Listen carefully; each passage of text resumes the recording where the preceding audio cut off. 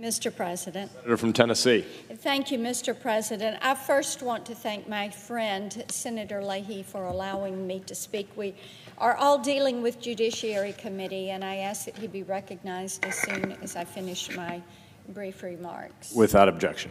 Thank you, Mr. President. I want to say just a couple of things to Tennesseans and to Americans. Everyone is expressing their rage and grief over the murder of George Floyd in Minnesota.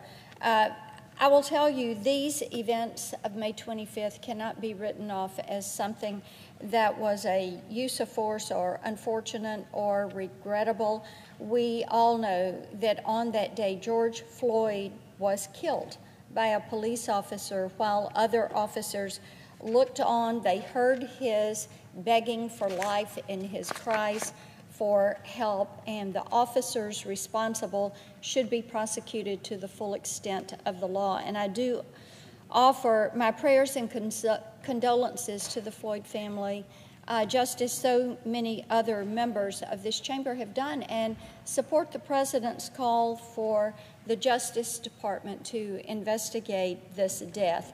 Our country was built on the premise of dissent, and we have seen the power that peaceful protest and their ability to bring change at every level of government. Unfortunately, over the past week, we've also seen what happens when criminals and shadowy professionals exploit these public expressions of frustration and pain. And every single day, Americans are waking up to find that their neighborhoods have been destroyed, and they watch news reports that are dominated by lawlessness. And many activists and members of the mainstream media have attempted to force us into choosing between solidarity and maintaining law and order. This is a false choice. It is one that we ought to reject. Instead, we should fight for accountability, compassion, and understanding, and at the same time, we must condemn racism, hatred, and the violence that has torn apart so many neighborhoods this very week. We should also celebrate and defend our right to peaceful disagreement in the streets, in the classroom, and online, just as well as in this very chamber. Unfortunately, too often, this right is not celebrated. Over the years, we have documented big tech's history of censorship, and particularly censorship of dissenting conservative voices.